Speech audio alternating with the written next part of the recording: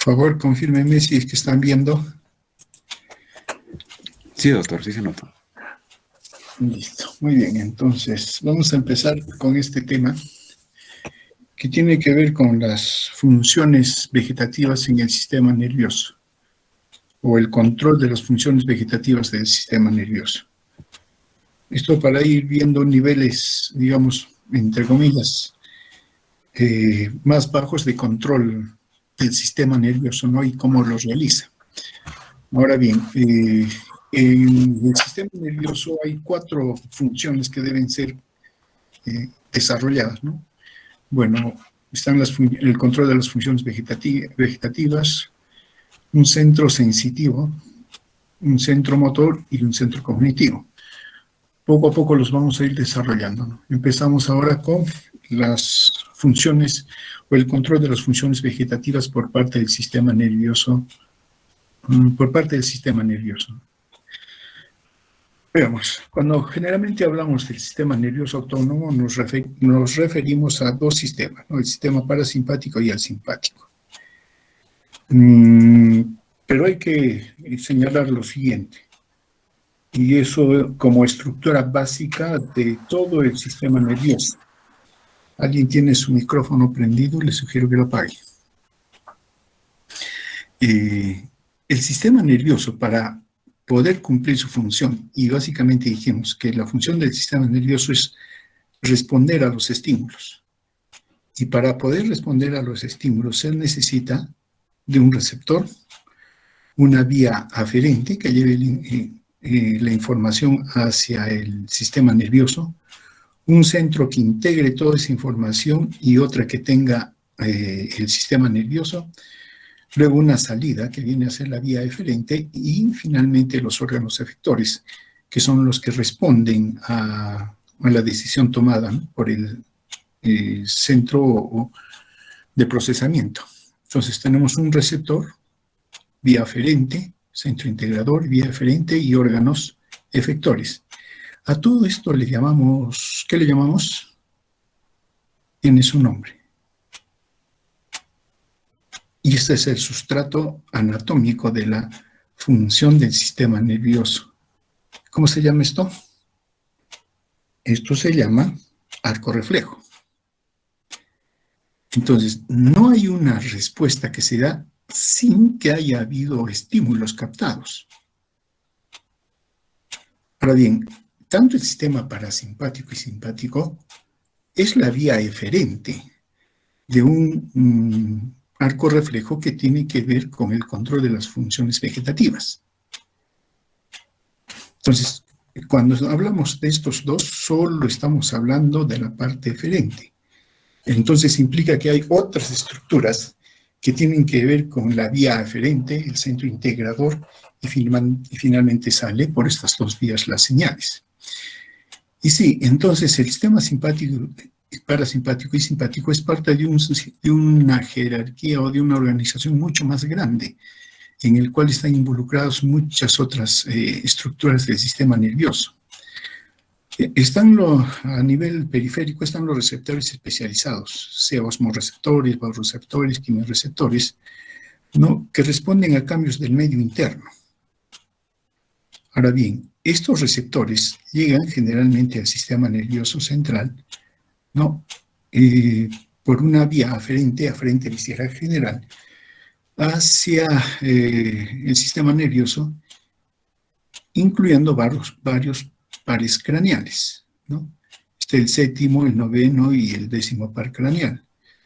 Inclusive está la vía gustativa, que es parte de una vía visceral especial, y los otros nervios que hemos mencionado es la vía visceral general. Todos ellos van a llegar al centro, sobre todo al fascículo del núcleo solitario, a nivel del tronco encefálico.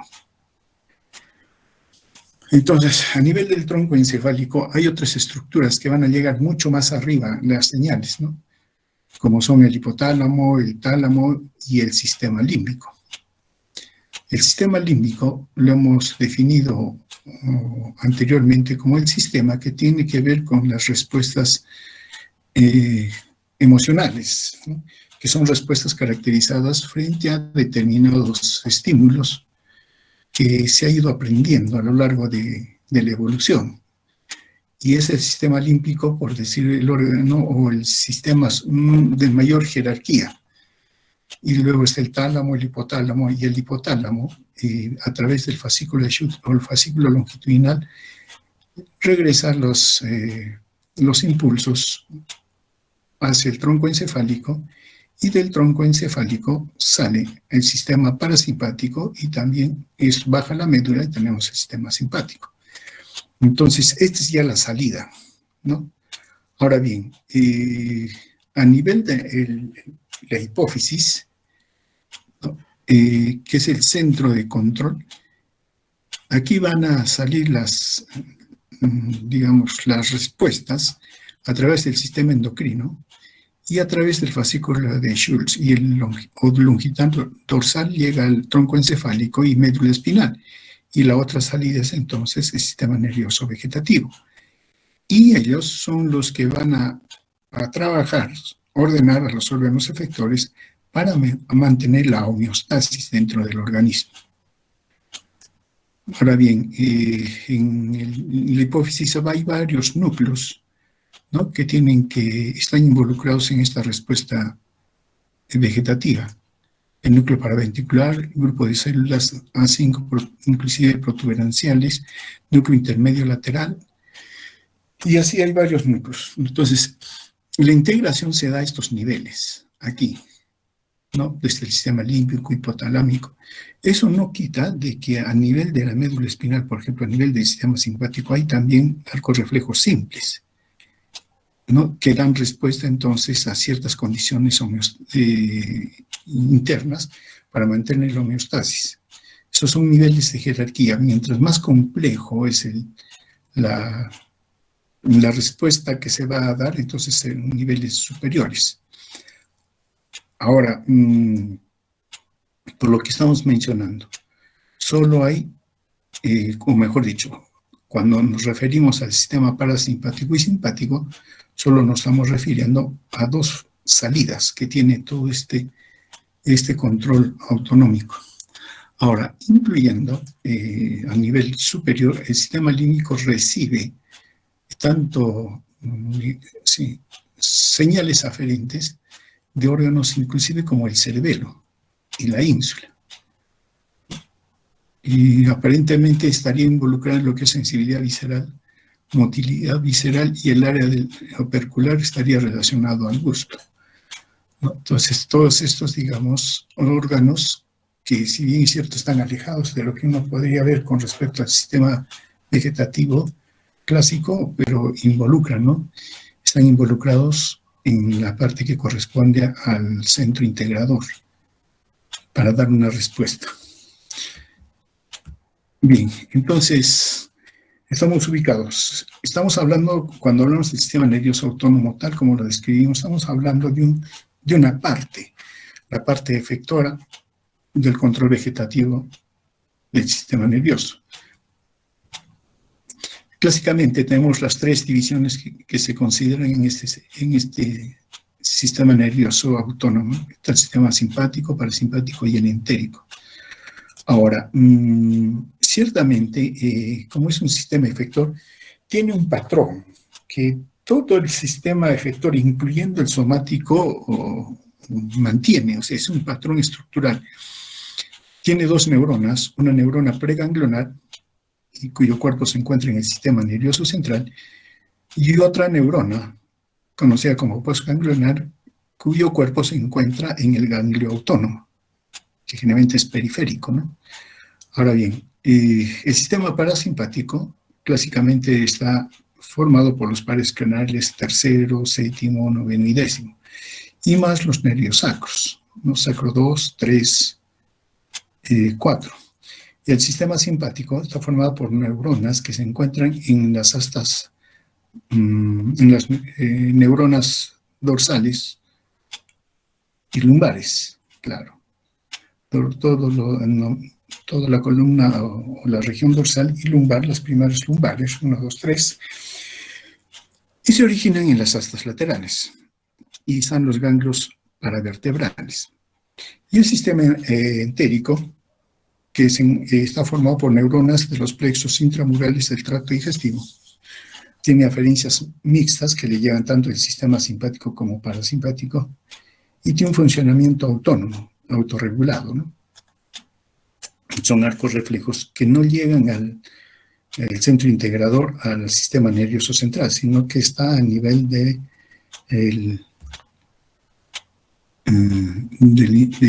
las vísceras, ¿no? Específicamente el intestino, ¿no? Ahora bien, para poder señalar, ¿no?, este sistema efector, que es el patrón común.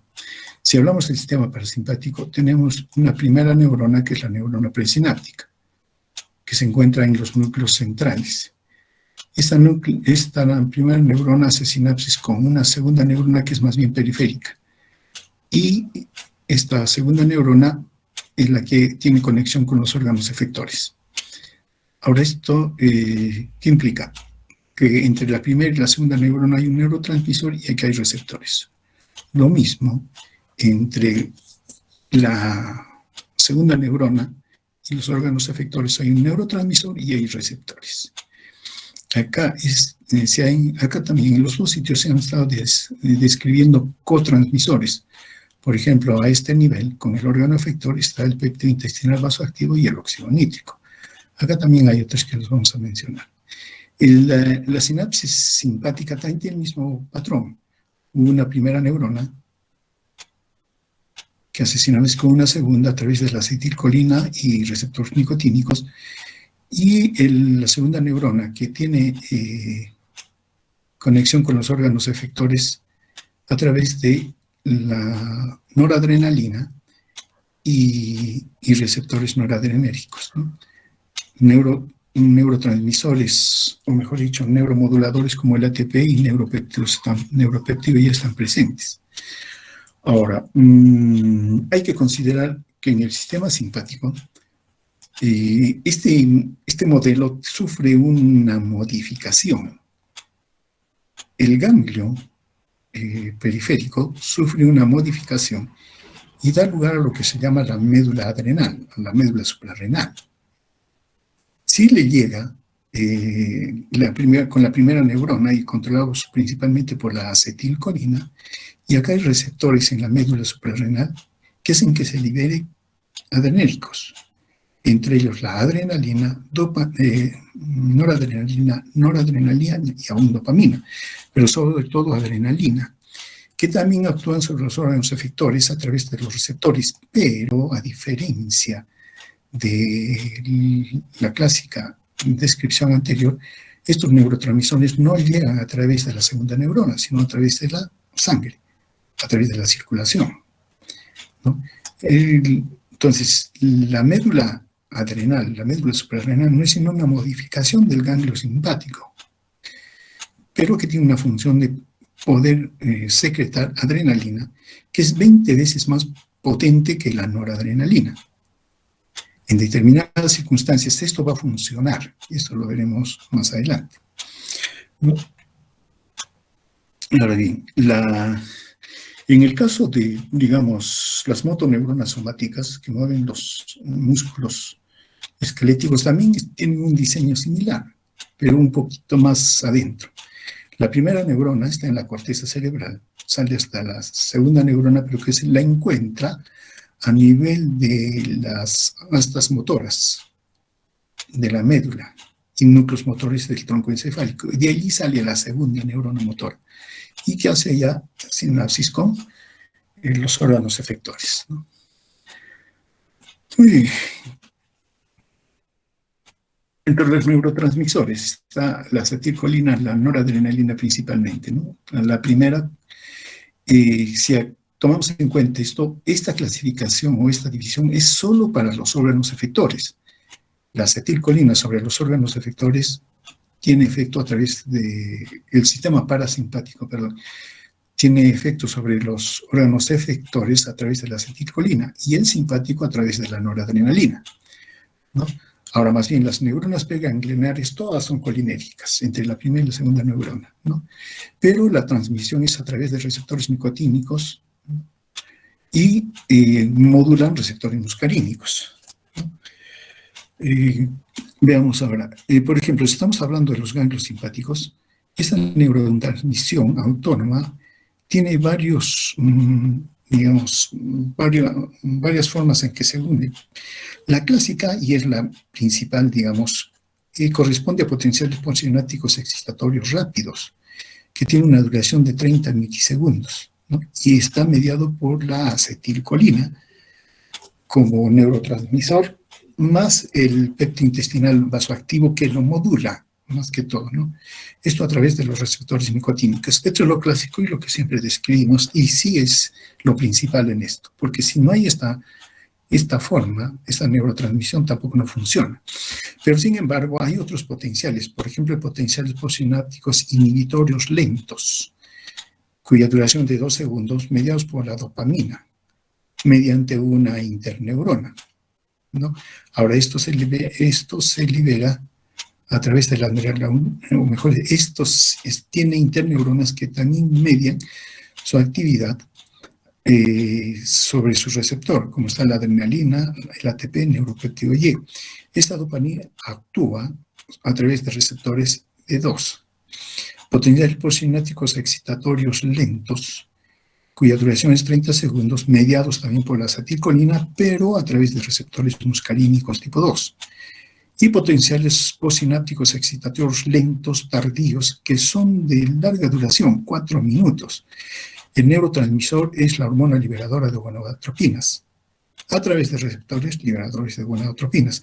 Esto tiene la particular de que cuando se da una señal desde el nivel central hacia la periferia, esto hace que dure, se prolongue, no sea tan breve la conexión, y entonces por lo tanto el estímulo efector es mucho más largo. Ahora bien, ya a nivel de los órganos efectores, el sistema simpático actúa a través, el sistema simpático es colinérgico, actúa a través de receptores muscarínicos en los órganos guía, mientras que en el sistema simpático es más bien noradrenérgicos, a través de receptores noradrenérgicos. Y hay otros neurotransmisores, como los estamos nombrando, como el óxido nítrico, el péptido intestinal vasoactivo, la serotonina, el GABA y la dopamina también, que sobre todo actúan a nivel del sistema nervioso central. Ahora, miren, en caso sobre todo del sistema nervioso simpático, estamos partiendo de la primera neurona hacia la segunda neurona, pero la primera neurona recibe aferencias de nivel superior y que van a modular el comportamiento de la primera neurona, y eso implica va a modular el comportamiento del sistema simpático. A ese nivel, sobre todo, es donde actúan estos otros neurotransmisores. Bueno, más o menos viendo o nombrando los neurotransmisores que no mencionamos, ¿no? El óxido nítrico, ¿no? Sobre todo a nivel del parasimpático, está dónde actúa, en qué tipo de funciones está involucrado, por ejemplo, en el control de la erección y vaciado de la erección, en el vaciado gástrico, ¿no? Y en las células que actúa, lo hace a través de la guanilato ciclasa. Está el péptido intestinal vasoactivo también a nivel parasimpático, que se libera de manera conjunta con la acetilcolina y afecta, por ejemplo, la salivación. Es muy importante en el tracto gastrointestinal, de ahí su nombre, ¿no? El adenosintrifosfato, sobre todo, actúa a nivel del sistema simpático sobre los vasos sanguíneos, y también se libera junto con las catecolaminas. El neuropéptido Y también actúa a nivel del sistema simpático, facilita el efecto de la noradrenalina, entonces hay una coliberación y causa vasoconstricción prolongada. La serotonina, ¿no? Muy presente en las neuronas entéricas y está involucrada en el control del peristaltismo. El ácido gamma aminobutírico, ¿no? También tiene efecto, por ejemplo, a nivel de las neuronas entéricas. La dopamina tiene que ver con la mediación de la vasodilatación renal, esto a nivel de la función a este nivel, ¿no? Eso lo vamos a ver de manera muy particular, más bien, más cuando hablemos de la función renal, etc. Está la hormona liberadora de gonadotropinas, que es un cotransmisor de la acetilcolina en los ganglios simpáticos. Y la sustancia P, que también está presente en los ganglios simpáticos, neuronas entéricas como un coneurotransmisor. Bueno, acá está la división clásica del sistema parasimpático y el sistema simpático. Siempre tenemos la idea de que ambos son sistemas que se oponen. Claro, si hablamos en términos generales, eso es cierto, ¿no? O más o menos el panorama, ¿no? Si hablamos, por ejemplo, a nivel del globo ocular, el sistema parasimpático, ¿qué produce? ¿Qué produce? Miosis, mientras que el simpático, midriasis, ¿no? Claro, si lo vemos así. Pero no es que ambos sistemas estén involucrados peleándose por los efectos así individuales en su territorio, sino más bien que ellos van a responder a niveles superiores, y a niveles superiores donde se va a decidir qué necesitamos. Es algo así, ¿no? O sea, nosotros estamos acostumbrados simpático parasimpático, o es parasimpático o es simpático, pero el sistema nervioso no actúa de esa manera. Esta división es para nosotros, para describir la fisiología y para tomarles el examen y a ver si cae. No, el sistema simpático no. Por eso es que en determinadas circunstancias puede haber, por ejemplo, manifestaciones simpáticas junto con manifestaciones parasimpáticas. Por ejemplo, una situación de estrés tensa en una persona puede, sí, dar lugar al latido del corazón, todo y lo demás. Se entiende que el parasimpático se detiene y los esfínteres se cierran, pero no, el esfínter se abre. Hay un aumento del tránsito intestinal, que eso es más bien bajo control del sistema parasimpático. Entonces, ¿qué tenemos? En ciertas situaciones de afectación, hay los dos tipos de respuesta. No, dicho de otra manera, el organismo tiene efectos sobre los órganos mediados por el parasimpático, con todo lo que uno pueda pensar que es, y el más simpático. Pero no se limita el sistema nervioso. Él puede utilizar los dos de la manera que le parezca conveniente. Claro que para las funciones generales, normales, inclusive está ese diseño que se contrapone, pero no funciona todo el tiempo así. Va a depender de la necesidad y la respuesta que deba dar el organismo, y utilizará al parasimpático, al simpático según su criterio y necesidad. No está encasillado, o me voy con el simpático o me voy con el parasimpático.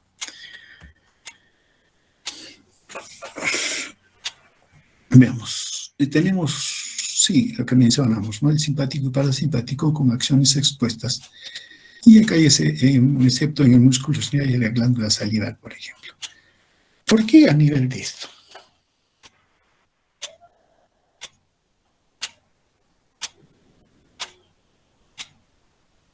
¿Por qué ese nivel? Es un ejemplo nada más, ¿no? Y vamos a ver otros que también son característicos, ¿no? En cuanto a la actividad simpática, si uno trata de ser global en que su función aumenta en situaciones de estrés, el sistema nervioso simpático está hecho para la respuesta al estrés, respuesta rápida, inmediata. Cuando el cazador ataca a la presa tiene que tomar una decisión, o pelea o huye. Y para eso el organismo va a dar cambios vegetativos para que pueda responder en ese momento, rápido. Porque si lo dejaría a cargo del endocrino, ya fue, ¿no? Ni siquiera se enteró. Mientras que el parasimpático más bien es predominante durante el estado de reposo. Ahora bien, del equilibrio de ambos sistemas se va a dar lugar en la regulación del mantenimiento fisiológico de los órganos del cuerpo humano en condiciones normales. Dependerá en cuál de las situaciones estemos. El sistema parasimpático es responsable del reposo y la digestión. Mantener una frecuencia cardíaca basal baja significa respiración y metabolismo en condiciones normales, pero bajo, ¿no? O sea, Sí, es tranquilo el parasimpático, mientras que el simpático más bien tiene una reacción rápida de lucha o huida y se desencadena como consecuencia de someter al organismo a una situación de estrés. Ahora, tanto el simpático como el parasimpático presentan una actividad tónica y operante conjuntamente para regular la homeostasis del medio interno. ¿Qué significa? Que estos dos sistemas, no es que como el parasimpático está funcionando, el simpático se corta o se detiene, o viceversa. Como el simpático está actuando, el parasimpático cesa sus funciones. No es así. Ambos en determinados órganos, porque tampoco no es igual en todos los órganos, pero tienen efecto tónico. Por ejemplo, para mantener el peristaltismo, hay una ligera actividad del sistema simpático para que se mantenga, ¿no? Pero también para mantener la presión arterial se requiere una actividad simpática tónica para que haya un tono en los vasos de resistencia. Si no, estos caerían y la presión se va al suelo, y ahí sí, del otro lado. Entonces, siempre hay una actividad tónica de ambos sistemas. Ahora bien, empezaremos con el sistema parasimpático, ¿no? Ustedes la composición ya la conocen, no vamos a describirla tanto. Ustedes han hecho anatomía, entonces no hay problema, ¿no? Pero simplemente para ubicarnos, mencionaremos que la neurona preganglionar está ubicada en los núcleos tanto a nivel del tronco encefálico como a nivel sacro, y tienen poca divergencia, o sea, no se amplía mucho, excepto el décimo par, que ese sí tiene un amplio. Y sus efectos son mucho más específicos. Las ganglionares, más bien, son intramurales, pueden ser intramurales en el órgano, y en el ganglio terminal cerca del órgano también.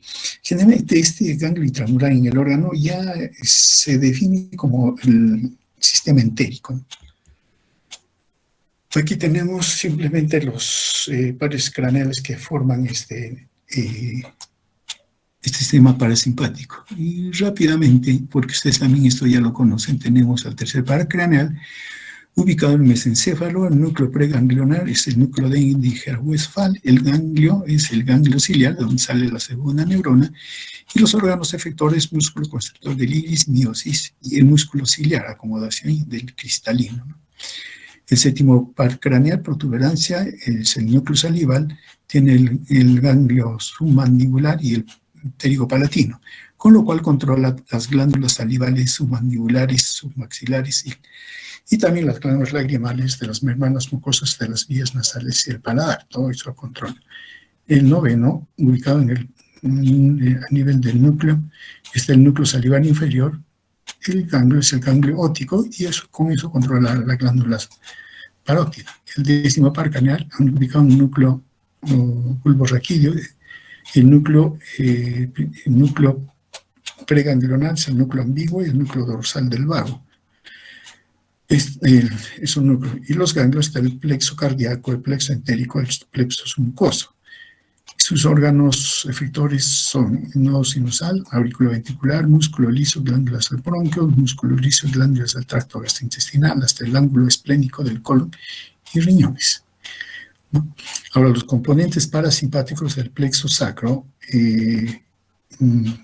está a cargo de la inervación de órganos, por ejemplo, como el colon distal, la vejiga, los genitales. Esto a través de una neurona preganglionar que se encuentra a nivel, por ejemplo, para el control del colon distal, sacro 2 a sacro 4. Su neurona postganglionar está en el ganglio intramural del plexo hipogástrico. Su efecto es aumento del peristaltismo, secreción. Mucho tiene que ver con el acto de la defecación, inhibición del esfínter anal, etc. En cuanto a la vejiga, tenemos la preganglionar a nivel medular, es 2 a 4, está en la neurona postganglionar en ganglio intramural, en el plexo cervical y el plexo hipogástrico. Tiene que ver con la contracción del músculo detrusor y también con la inhibición del esfínter del iris, esfínter uretral, ¿no? Esfínter uretral, perdón. Y en caso de control de los genitales también está la primera neurona, sacro 2 a 4, plexo hipogástrico, plexo pélvico, y está muy involucrado en la vasodilatación, que tiene que ver con la erección del pene y también del clítoris. Ahora, la transmisión con el órgano efector se da a través de la acetilcolina, ¿no?, que se sintetiza a partir de la colina, ¿no?, y moléculas de, ¿qué se llama? Y moléculas bueno, ya, lo importante es que tenemos la acetilcolina.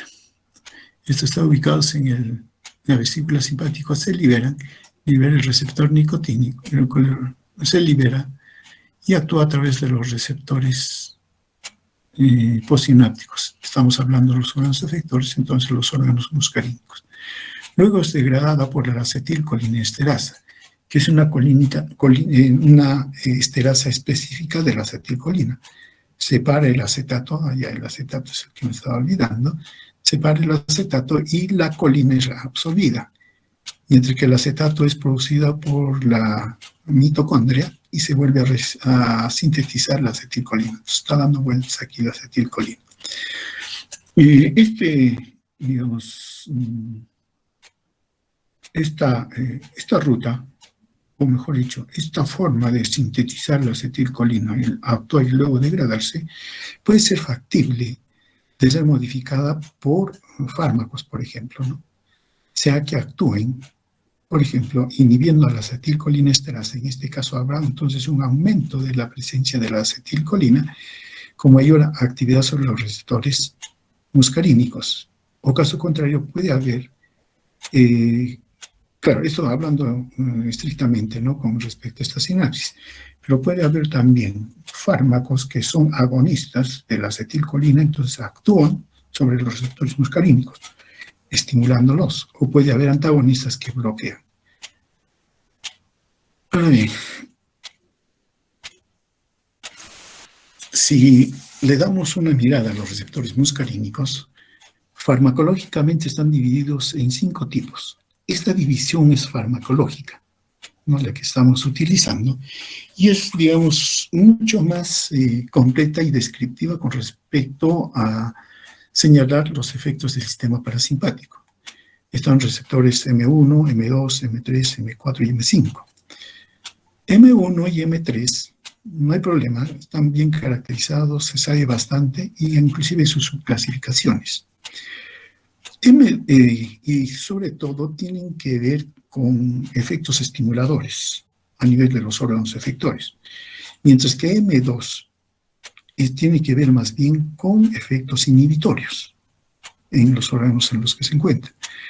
M4 en muchos órganos está también considerado como un receptor inhibitorio de la célula, pero hay indicios de que no solo está involucrado en efectos inhibitorios, sino también en efectos estimulantes. Entonces hay que ser un poco más específico con el órgano y el efecto que media M4. Antes se decía M2 y M4 son inhibitorios, ¿no? M4 no es tan, no está clasificado como si fuera el M2. El M2 sí, donde está es inhibitorio. Y M5, donde sí se sabe que está ubicado, por ejemplo, en el sistema nervioso central, pero no se sabe bien sus funciones. M4 tampoco, por lo que acabamos de decir, si bien está a nivel del sistema nervioso central, también no se sabe muy bien cuáles son sus funciones, ¿no? Entonces está como que en estudio. Hay varias cosas, sobre todo el 4 sí se sabe. El 5 más bien está un poco menos conocidos sus efectos. Pero entonces, básicamente, cuando hablamos de receptores muscarínicos, nos referimos a M1, M2 y M3. M1 y M3 estimulantes, M2 inhibitorio. Ahora, M1 está ubicado, por ejemplo, en neuronas del sistema nervioso central, neuronas postganglionares simpáticas, sistema digestivo y algunos sitios presinápticos. Media, o mejor dicho, su sistema de segundo mensajero está mediado por la fosfolipasa C que aumenta el inositol trifosfato y el diacilglicerol. Esto lleva a un aumento del calcio citosólico y es lo que desencadena el efecto estimulatorio celular. Y esto da lugar, por ejemplo, a una lenta excitación de los ganglios, secreción, por ejemplo, de ácido clorhídrico y aumento en la motilidad gastrointestinal. Claro, ¿dónde está ahí?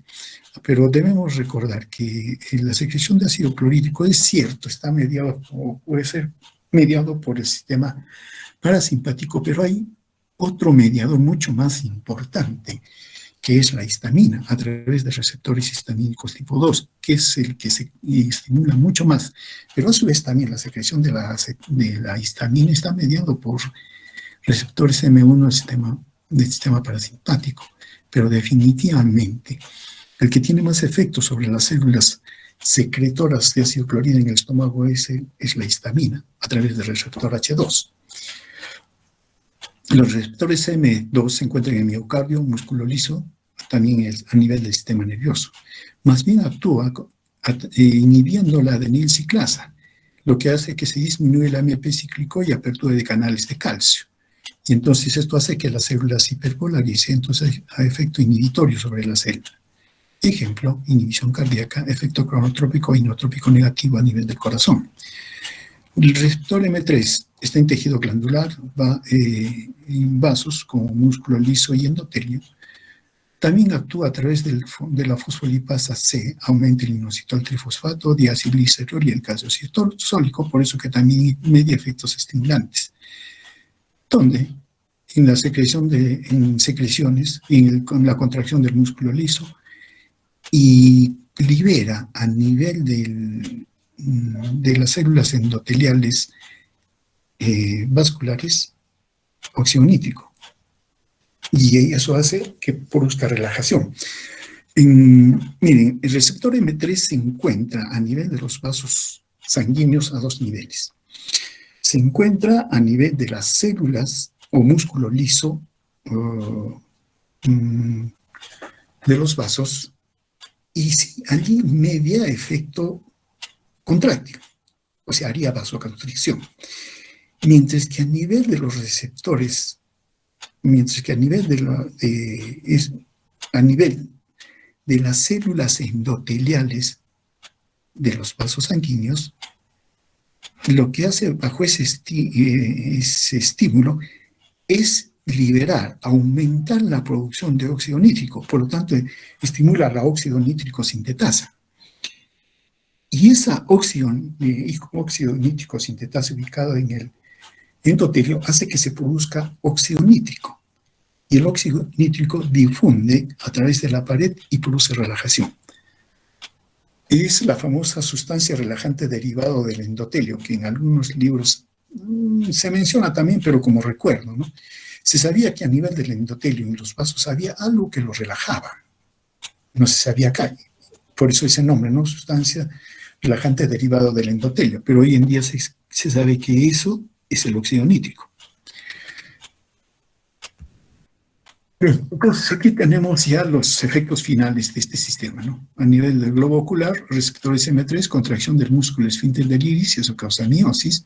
Contracción del músculo ciliar, aumenta la convexidad del cristalino, y eso da lugar a la acomodación, y lo que tenemos es visión cercana.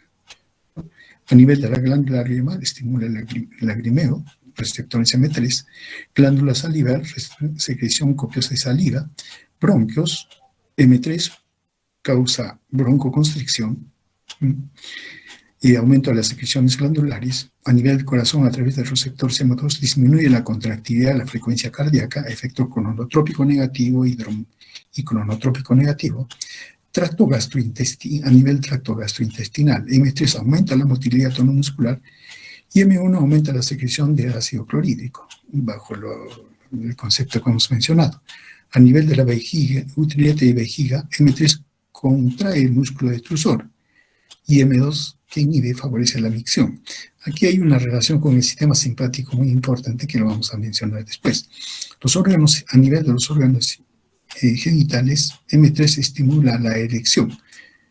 Esto es mediando la vasodilatación. En términos generales, el parasimpático es para una vida relajada, cuando después de comer, ¿no? No una vida relajada, sino para el momento de relajación, después de comer, lo que interesa es que funcione el tracto digestivo. Entonces, hay aumento de la secreción, aumento del peristaltismo, etcétera, y un aumento eh, de las secreciones glandulares a nivel de todo el tracto digestivo para la asimilación, ¿no? Ahora bien, a nivel de la vejiga, ¿no? Disminuye el tono del esfínter y aumenta el músculo detrusor, entonces para la evacuación. A nivel del corazón disminuye la frecuencia cardíaca. A nivel de los pulmones, sobre todo a nivel del bronquio, hay una broncoconstricción y aumento de la secreción. Entonces, a nivel de la saliva, hay aumento de la saliva, ¿no? Esto facilite el pasaje del bolo alimenticio.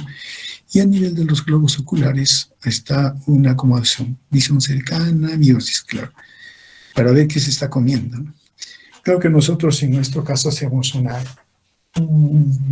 digamos, utilizamos esto para después de, digamos, una comida, para sentarse, leer o ver su tablet o su celular, que es lo mismo, ¿no? Para eso necesita una visión cercana. Entonces, esta es la función del sistema simpático, ¿no?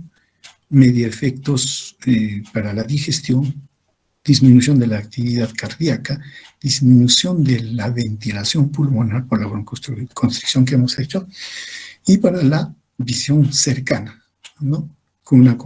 Para la visión cercana. Y por lo tanto desarrolla una conducta de reposo, de bajo nivel de actividad metabólica, a pesar que se está haciendo la digestión, ¿no? Entonces, ese es el sistema parasimpático. El sistema parasimpático, perdón, y el sistema simpático más bien es muy diferente. Es un sistema que responde a la situación de estrés, ¿no? Cuando hay una situación de estrés, unas condiciones de estrés, hay dos sistemas que responden a esto. El sistema simpático, con liberación de catecolaminas, cuyo efecto es rápido, ¿no? Pero es momentáneo. No se puede mantener el sistema simpático por largo tiempo para responder. Y por otro lado está todo lo que son los glucocorticoides, con el eje hipotálamo, hipófisis, corteza suprarrenal, que liberan los glucocorticoides.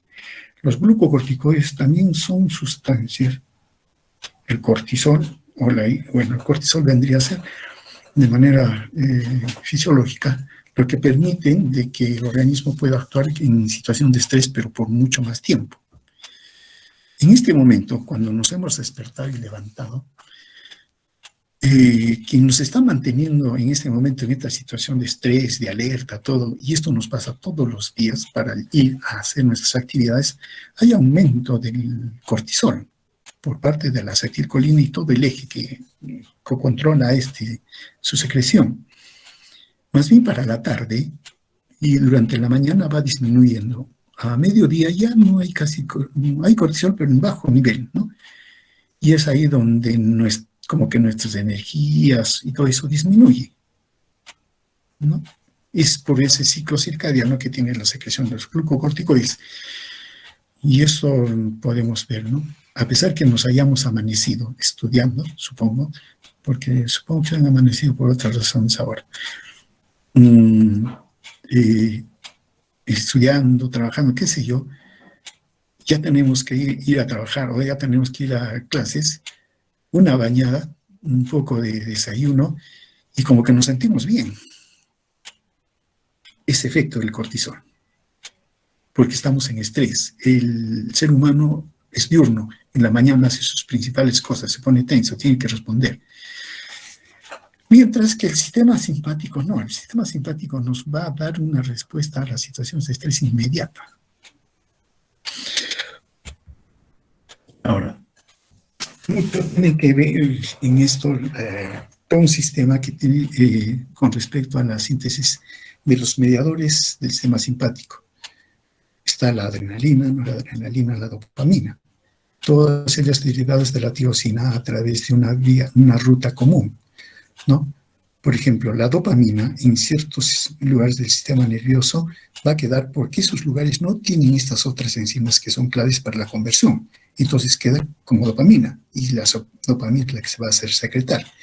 Las neuronas preganglionares tienen a la dopamina beta hidroxilasa que les permite producir noradrenalina y es allí donde producen, pero no tienen la N-metiltransferasa. Por lo tanto, las neuronas postganglionares del sistema simpático no pueden secretar adrenalina por la falta de esta enzima.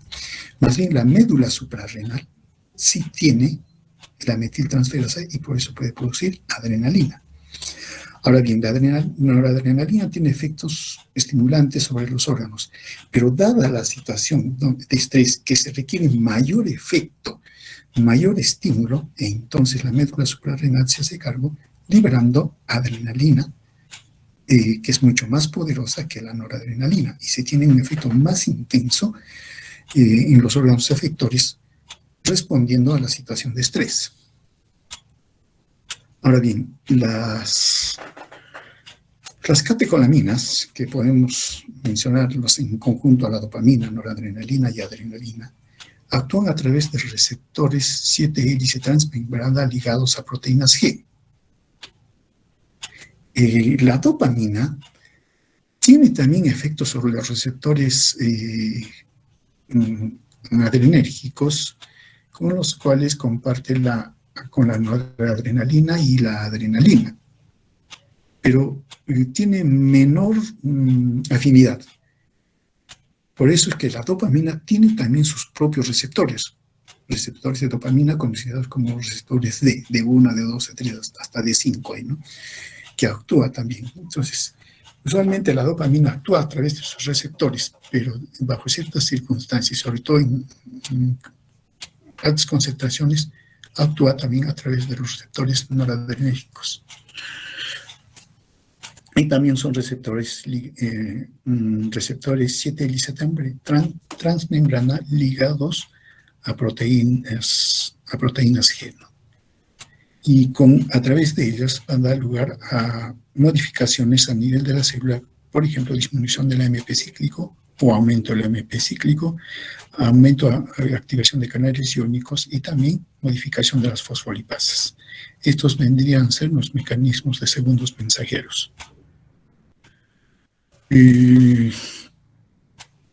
Como mencionamos, las catecolaminas actúan a través de receptores adrenérgicos, conocidos como alfa-1, alfa-2, beta-1, beta-2, beta-3, en términos generales, ¿no?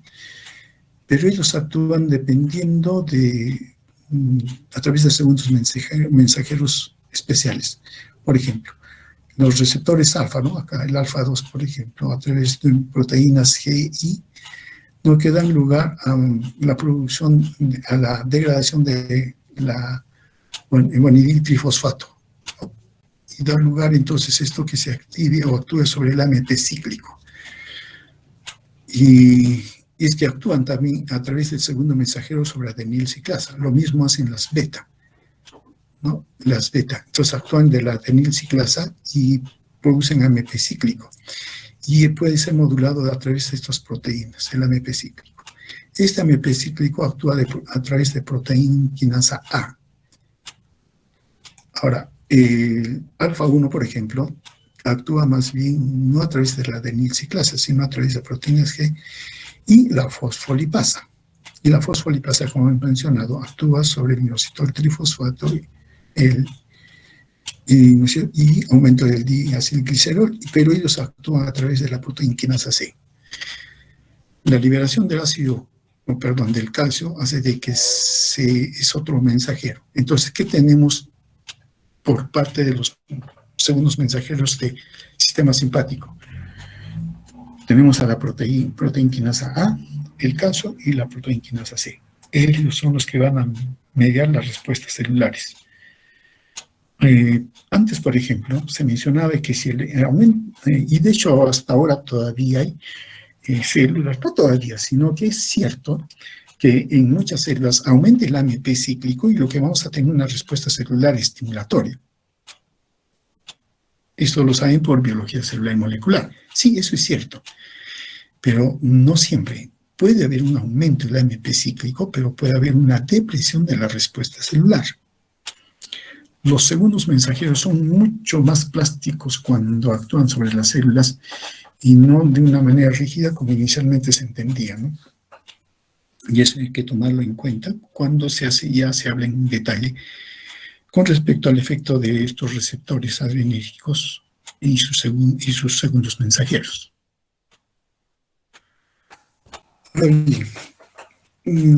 Tanto la noradrenalina como la adrenalina, ¿no?, actúan a través de los receptores alfa y los receptores beta, como hemos dicho. La noradrenalina, a través de alfa 1 o alfa 2, alfa 1, por ejemplo, en músculo liso, va a dar lugar a vasoconstricción, piloerección, midriasis. Alfa 2, en los terminales axónicos, disminución de la liberación de neurotransmisores, disminución de la actividad del trato gastrointestinal, disminución de la motilidad de la secreción. A nivel de los receptores beta, beta 1 a nivel del corazón, aumenta la actividad cardíaca del corazón. Beta 2 produce broncodilatación, por ejemplo, pero también da lugar al almacenamiento de la orina, almacenamiento de la bilis, vasodilatación coronaria, pulmonar y el músculo esquelético. Y la beta 3 tiene que ver mucho con acciones metabólicas que tiene que ver sobre todo con la lipólisis, ¿no? Miren, para poder describir los efectos que tiene el sistema simpático a través de sus receptores, es mejor también tomar en cuenta la distribución y clasificación que hace la farmacología. Para la farmacología, los receptores adrenérgicos median siete tipos o 7 grupos de efectos. Están los efectos excitatorios periféricos en algunos músculos, en algunos tipos de músculo liso, ¿cierto? Pero esta acción excitatoria periférica está mediada por receptores alfa 1. Media algunos efectos estimuladores y excitatorios de músculo liso, por ejemplo, en vasos sanguíneos de riñón, piel, mucosa, el músculo radial del iris y esfínteres. Si media actividad excitatoria en estos tipos de músculo, ¿qué sucede a nivel del músculo liso que irriga, por ejemplo, la piel y las mucosas? ¿Qué sucede?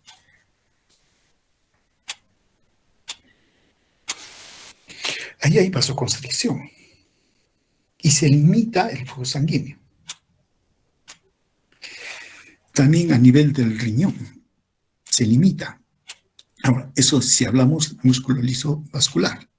Entonces, los receptores alfa 1 median efectos vasoconstrictores en músculo liso de vasos sanguíneos, de riñón, por ejemplo, piel mucosa. El músculo radial del iris también media efecto estimulatorio. Entonces, lo que va a suceder es que el músculo radial del iris se contrae. Y entonces la pupila crece. Midriasis. Y también de los esfínteres. O de algunos esfínteres. Y también media efectos estimulantes sobre glándulas salivales sudoríparas. Hace un momento hemos mencionado que hay receptores M3 que median efecto de las glándulas sudoríparas. Entonces, ¿qué significa? De que tanto el sistema simpático como el parasimpático estimula la sudoración. Sí, lo estimulan. Pero hay una diferencia. Cuando media el efecto del sistema parasimpático, generalmente la sudoración es profusa, es general. ¿No? Es general. Y eso supongo que lo han visto cuando les ha dado un cólico que no es sin una excesiva actividad del sistema parasimpático, aumento del peristaltismo, por eso que duele, ¿no? Hay sudoración, se suda frío, ¿no? Pero cuando el sistema simpático actúa sobre las glándulas sudoríparas, también lo hace a través de acetilcolina. Eso es lo llamativo aquí también. Pero la sudoración es regional. Cuando estamos ansiosos, nerviosos, es situación de estrés. A unos les suda la frente, a otros les suda la palma de las manos. Ese efecto estimulante sobre las glándulas sudoríparas del sistema simpático, pero es regional. Es diferente al otro que es generalizado. El sistema parasimpático media acciones inhibitorias periféricas a través de receptores beta 2, por ejemplo, sobre algunos tipos de músculo liso, como el de la pared intestinal, el árbol bronquial, músculo liso de los vasos sanguíneos que riegan el músculo estriado, y también en el músculo detrusor. Entonces, aquí, más bien, el músculo se relaja. Claro, si es músculo liso intestinal, se relaja. El peristaltismo disminuye. En el árbol bronquial, más bien, hay broncodilatación, ¿no? Y en los vasos sanguíneos que riega el músculo estriado hay también vasodilatación, pero que permite que haya mayor flujo sanguíneo. Entonces, en este caso, si hay vasodilatación a nivel de los vasos sanguíneos que riega el músculo esquelético, estos lugares tienen mayor flujo sanguíneo. Y también inhibe al músculo detrusor. Si se inhibe el músculo detrusor, no hay contracción, entonces no hay micción. Pero va a tener que hacer otra cosa. Va a tener que cerrar el esfínter vesical y el trígono vesical. Media acciones excitatorias cardíacas a través de los receptores beta 1. Esto aumenta la frecuencia y aumenta la fuerza de contracción. Tiene efecto de aumentar el automatismo cronotrópico positivo, aumenta la conductividad, ¿no?, de ese nodo sinusal, auriculoventricular, y etcétera, efecto dromotrópico positivo, aumenta la excitabilidad de la célula cardíaca, efecto vanotrópico positivo, aumenta la fuerza de contracción del músculo cardíaco, efecto inotrópico positivo, y también aumenta el periodo de refractariedad, lusotropismo, ¿no? Eso media a través de receptores beta 1.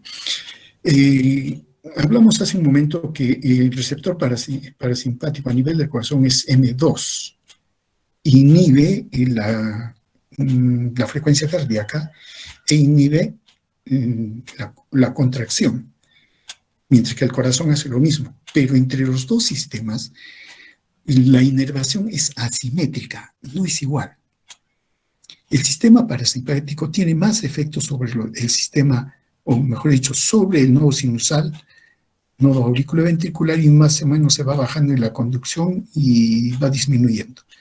Prácticamente en el mismo músculo cardíaco casi no tiene efecto. Entonces, efecto es arriba, en las aurículas y todo, y va hacia abajo. Mientras que el sistema simpático sí tiene un control o efecto sobre todo el corazón, a nivel de nodo sinusal, auriculoventricular, fibras de conducción y el músculo cardíaco. Por eso su efecto es mucho más intenso del sistema simpático que el parasimpático, a pesar que sí tiene, con lo que hemos mencionado anteriormente, pero son asimétricos, ¿no? El cuarto grupo de acciones que media el sistema simpático son acciones metabólicas, mediados por receptores beta 2. Aumenta la tasa de glucogenólisis en el hígado, o sea, propicia la liberación de glucógeno, y también a nivel del músculo esquelético. Pero, a diferencia, a nivel del hígado hay aumento de secreción de glucógeno, o de glucosa, perdón, a partir del glucógeno, se libera y va a la sangre. Y eso hace de que aumente el nivel de glicemia. Mientras que a nivel del músculo esquelético sucede lo mismo, pero el músculo esquelético no lo suelta a la circulación, se queda con él para su consumo propio. Ahora, aumenta la liberación de ácidos grasos del tejido adiposo. Y esto es también importante, como lo vamos a ver más adelante. Ahora bien, tiene el quinto grupo, son acciones endocrinas. cosa que no lo tiene el sistema parasimpático. Modula la secreción de insulina, por ejemplo, que disminuye la secreción de insulina a través de receptores beta 2 y aumenta con receptores beta 1. Aquí va a jugar el sistema endocrino con esto, a través de la influencia que tiene el sistema simpático. Para algunos tejidos va a haber menos efecto de la insulina y más efecto de la insulina en otros, porque lo van a requerir. Y además hay que ver, hay órganos y sistemas que son insulinodependientes, o sea, que requieren de insulina para poder captar la glucosa. Tenemos, ¿qué? Tejido graso, músculo esquelético, principalmente. Hasta el hígado lo podemos... No es dependiente del hígado, el hígado. Pero hay otros órganos que son independientes de la insulina. Haya o no insulina, captan la glucosa. Sistema nervioso, corazón, y el hígado aquí más bien, ¿no? Por otro lado, media la liberación de la renina. Disminuye la secreción de renina en los receptores alfa 1 y aumenta los beta 2. ¿Se acuerdan del eje renina-angiotensina-aldosterona? ¿Se acuerdan o no se acuerdan?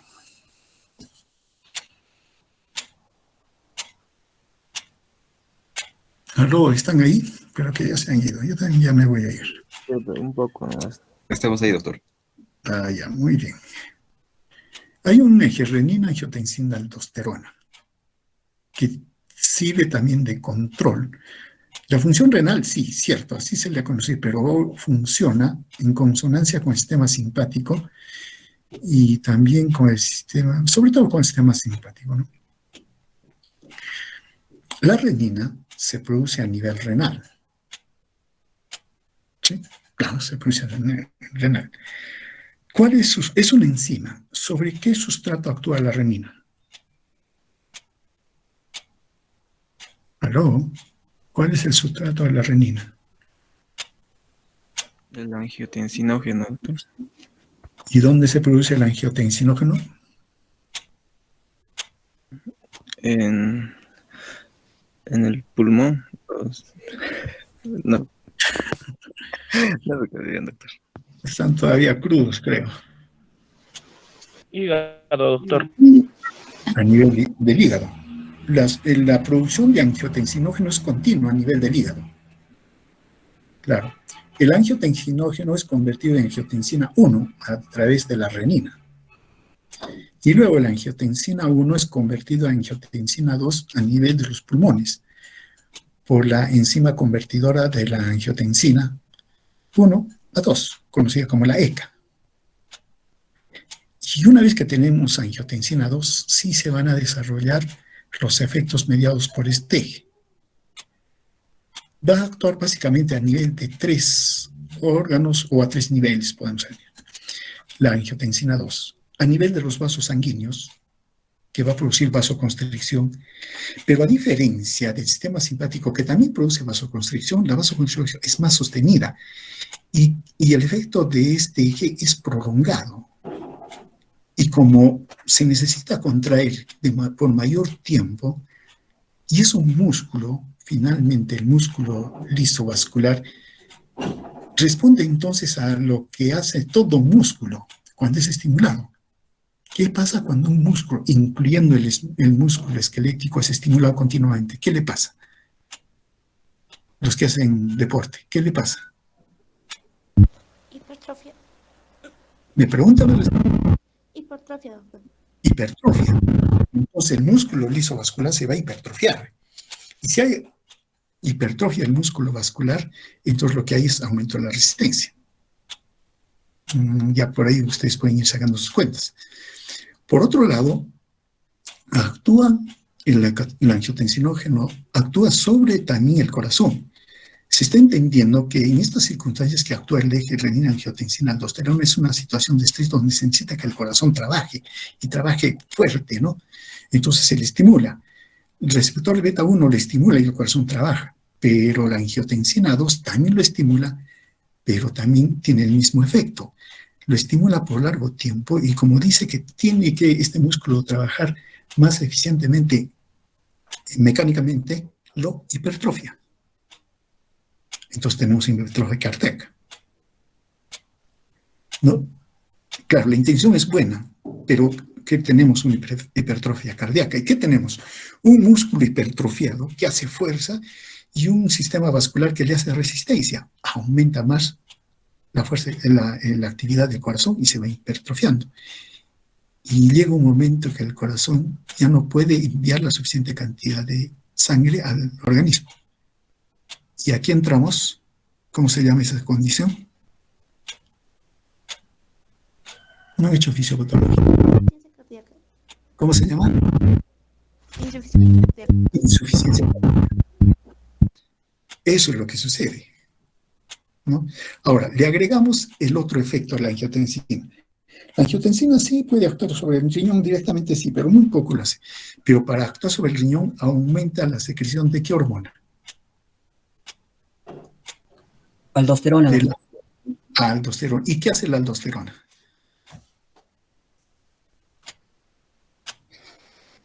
Reabsorción, doctor. Retención de agua y sal. ¿Cuál es su mecanismo de acción? ¿Qué cosa hace?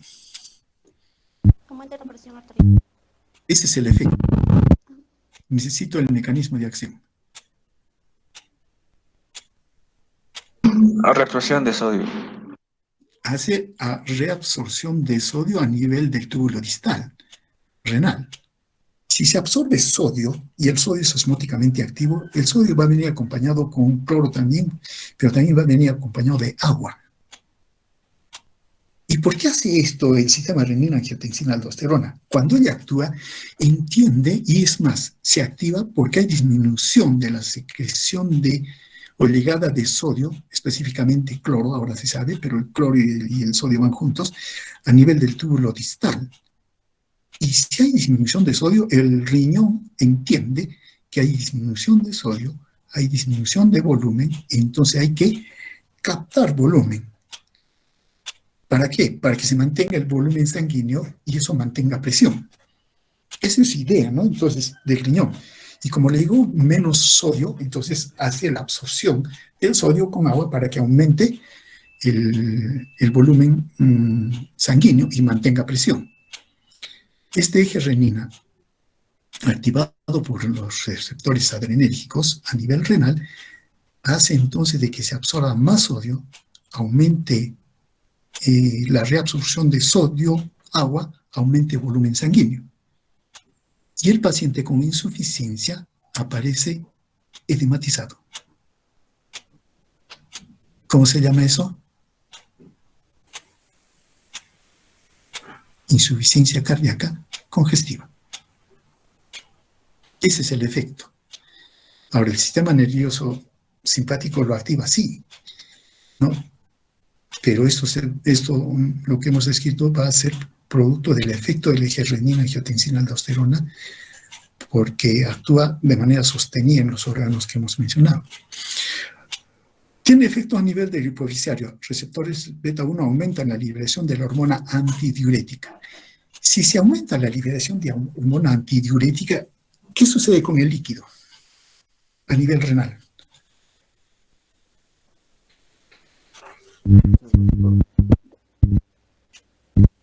¿Qué sucede?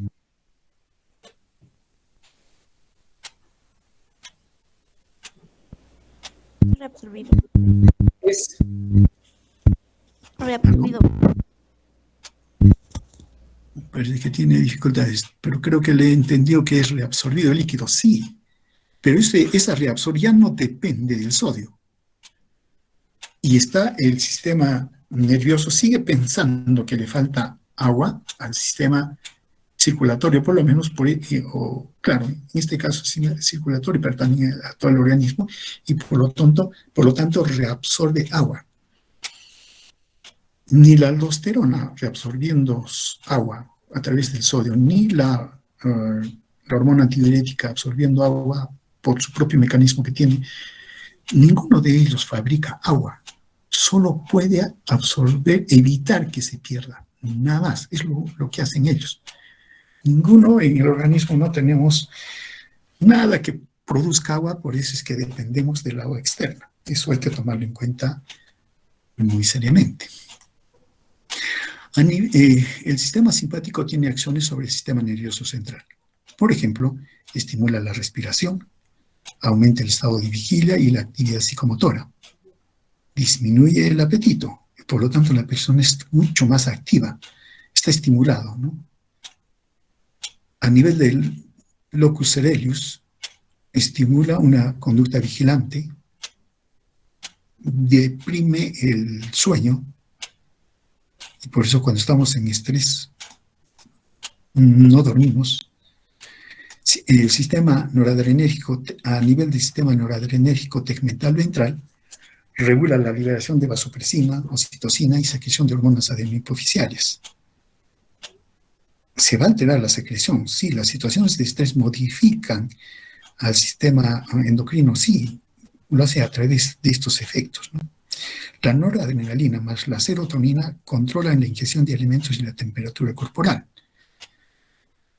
Claro que aquí es un poco más complicado establecer la relación directa, ¿no? Porque no solo interviene un solo neurotransmisor o solo el sistema adrenérgico, sino interviene otros sistemas como el locus coeruleus, el noradrenérgico, etc.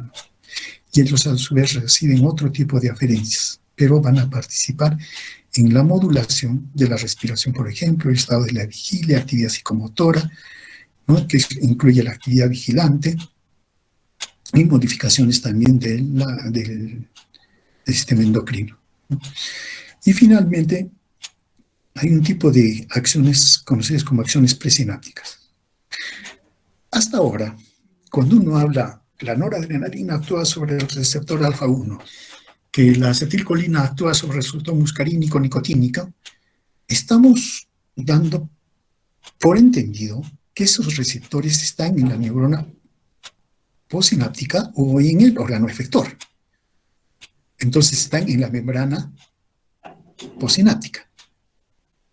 Y a través de receptores de membranas postsinápticos medimos todos los efectos que estamos describiendo. Pero ¿qué resulta? Que esos mismos neurotransmisores,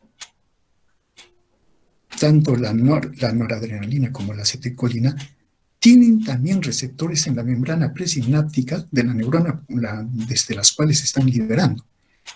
Y esos receptores presinápticos también son ligados sea por la noradrenalina y la acetilcolina, de igual manera. Entonces, lo que va a suceder es que va a haber efectos a nivel de la primera neurona por el hecho de haber liberado noradrenalina y acetilcolina, dependiendo del caso, ¿no? Entonces, cuando uno va a describir estos efectos, sí tiene que ser explícito, es decir, tales efectos mediados por receptores presinápticos. Entonces se ve que está en la membrana presináptica, en la primera neurona, o en la segunda neurona, no en el órgano efector. Entonces hay que ser explícitos. En el otro nunca decimos, ¿no? Receptores alfa-1 postsinápticos, receptores muscarínicos postsinápticos, no, simplemente los nombramos. En este caso sí se es más explícito. Hay receptores alfa-2 presinápticos que son estimulados por la noradrenalina y inhiben la liberación de la noradrenalina. Si tenemos receptores alfa-2 presinápticos que son, digamos, presinápticos y que son activados por el mismo neurotransmisor que es la noradrenalina, en este caso, media efecto inhibitorio para la liberación de la noradrenalina. Pongamos este receptor a nivel central sobre la conexión que hay de la neurona que viene de nivel superior con la primera neurona del sistema simpático. Si en esa sinapsis ubicamos un receptor alfa-2 presináptico y de arriba viene la orden para que se libere noradrenalina, ¿qué pasa con el sistema simpático?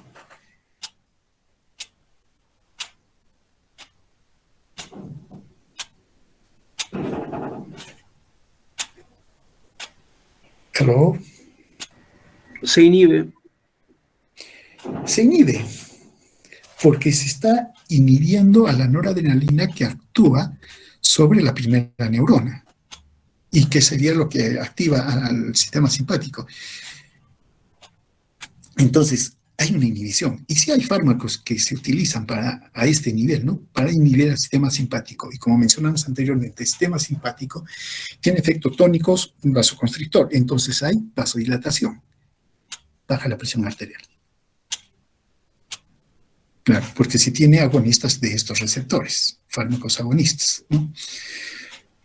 También se tiene a este nivel receptores beta-2 presinápticos más bien que estimulan la liberación de noradrenalina.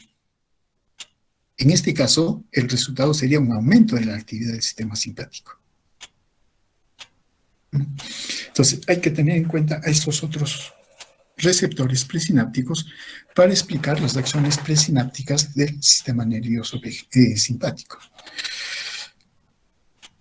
Pero la noradrenalina y la acetilcolina no son las únicas que se comportan de esa manera con receptores presinápticos. Está también la adenosina, acetilcolina, bueno, la dopamina, prostaglandinas, encefalinas, que inhiben la liberación de noradrenalina, por ejemplo, por una interacción con receptores presinápticos específicos para cada uno de ellos, ¿no? Y al parecer sus efectos estarían mediados, esta inhibición, por canales de calcio presinápticos.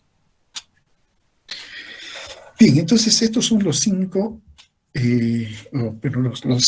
grupos de efectos que media el sistema simpático.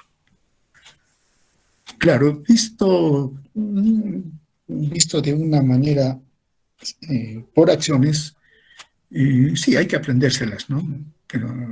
Y uno, de hecho, lo van a hacer ustedes, porque tienen gran memoria. Pero si uno interpreta que el sistema nervioso simpático es para la pelea, la huida, para el estrés, entonces uno rápidamente puede recordar esto de la siguiente manera. Para poder correr, o pelear, o huir, lo que quieran, ¿qué se necesita? Primero, músculo, actividad motora. ¿Cierto? Muy bien. Entonces significa que el músculo debe tener mayor flujo sanguíneo. Entonces, a nivel del músculo liso que irriga un músculo esquelético, debe haber vasodilatación, vasoconstricción. Vasodilatación. Vasodilatación. ¿Y qué receptores hay en músculo liso vascular? En músculo vascular que irriga músculo esquelético. ¿Qué tipo de receptor adrenérgico? Beta 2. Beta 2. Ahora bien, pero ¿qué se necesita para que la sangre llegue al... Eso, agregaremos esto. ¿Se necesita sangre a nivel de la piel, en mucosas? ¿Se necesita o no se necesita? No se necesita, o se necesita muy poco. Y por lo tanto, a ese nivel, ¿qué cosa hay? Vasoconstricción.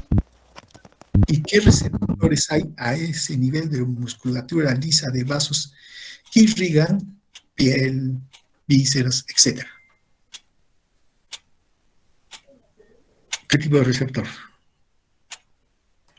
Alfa 1. Alfa 1. Me siguen preguntando, yo quiero respuestas. Alfa 1.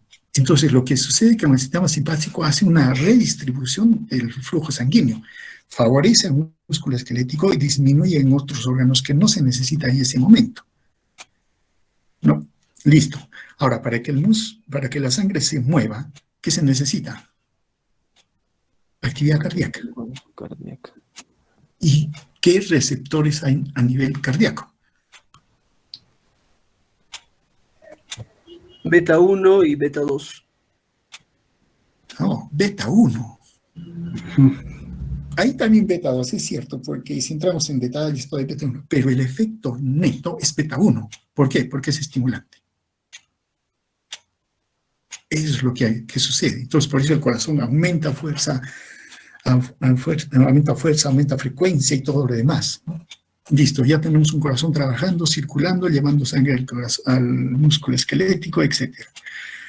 Pero, ¿qué más necesitamos? Necesitamos oxígeno. que hace el sistema nervioso con la respiración. Y a nivel central dijimos, estimula la respiración. Muy bien, estimula la frecuencia respiratoria, todo, pero para que entre el aire, ¿qué se necesita? Broncoconstricción, broncodilatación. Broncodilatación. ¿Qué tipo de receptor hay? ¿Está ahí? Beta 2. Beta 2. ¿No? Eso aumenta el flujo de aire tanto de entrada como salida y eso permite mayor captación de oxígeno. Listo. Ya tenemos oxígeno y hay un corazón que lo lleva y todo lo demás. ¿Qué necesitamos para que el músculo esquelético trabaje?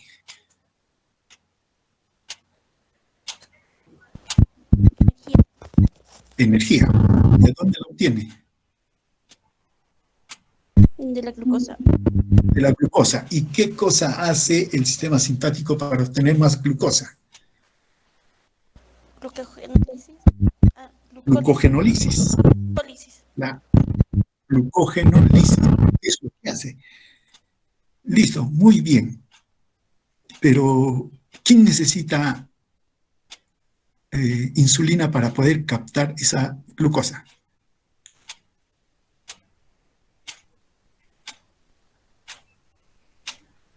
Músculo esquelético. Él lo necesita para poderlo captar más eficientemente. Ahora, aumenta la glucosa, cierto, pero ya el músculo esquelético está recibiendo insulina para poderlo captar. Pero a su vez, el sistema nervioso y el corazón necesitan glucosa para seguir funcionando y bajo estas condiciones, mucha más glucosa. Pero ellos no necesitan insulina. Pero sí aprovechan el hecho de que haya aumentado la glucosa. Lo captan. Muy bien. Entonces, ¿qué se necesita? Glucosa para el músculo esquelético, para el corazón y para el sistema nervioso, porque son los órganos que se necesita que funcionen bien. Ya sabemos cómo se hace eso. Los demás les dice, un momento, para ustedes no hay glucosa. Pero los demás protestan. ¿Y de qué voy a vivir? Vivir. Entonces, ¿qué les dan? Ácidos grasos. Aumento de la lipólisis. Para el resto de tejidos, porque tienen que seguir viviendo. Les da grasa, ácidos grasos. Miren, ¿qué más tenemos? Si el estrés continúa, el sistema simpático se agota, recurre al eje angiotensina-aldosterona, eje renina-angiotensina-aldosterona. Con todo lo que hemos hecho, hemos dicho, ¿no? Y también el sistema simpático cierra los esfínteres, ¿no? Cierra el esfínter vesical, cierra el esfínter a nivel intestinal y relaja el músculo liso intestinal. Y lo mismo el detrusor. Entonces, en ese momento, a nadie se le ocurre ir al baño, ¿no? Entonces, esa es la condición. Ahora, a nivel del globo ocular, midriasis, porque se necesita una mirada panorámica, no puntual, sino panorámica, y ahí la midriasis, ¿no? Porque de una panorámica para saber con quién está peleando o para saber por dónde va a correr. ¿Se dan cuenta? Entonces, este es el efecto que tiene el sistema simpático cuando uno habla, su efecto a nivel del organismo. Tiene una lógica, ¿no? Por eso hay tantos receptores y están ubicados en diferentes sitios, pero todo tiene una lógica para poder cumplir la función nerviosa al cual el sistema simpático está diseñado para hacerle frente al estrés. Muy bien, yo creo que hasta aquí llegamos. ¿Alguna pregunta?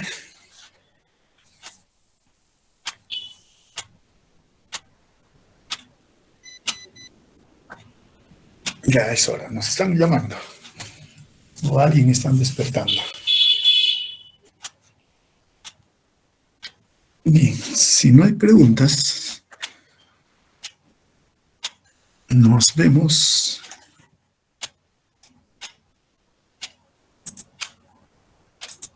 el día miércoles.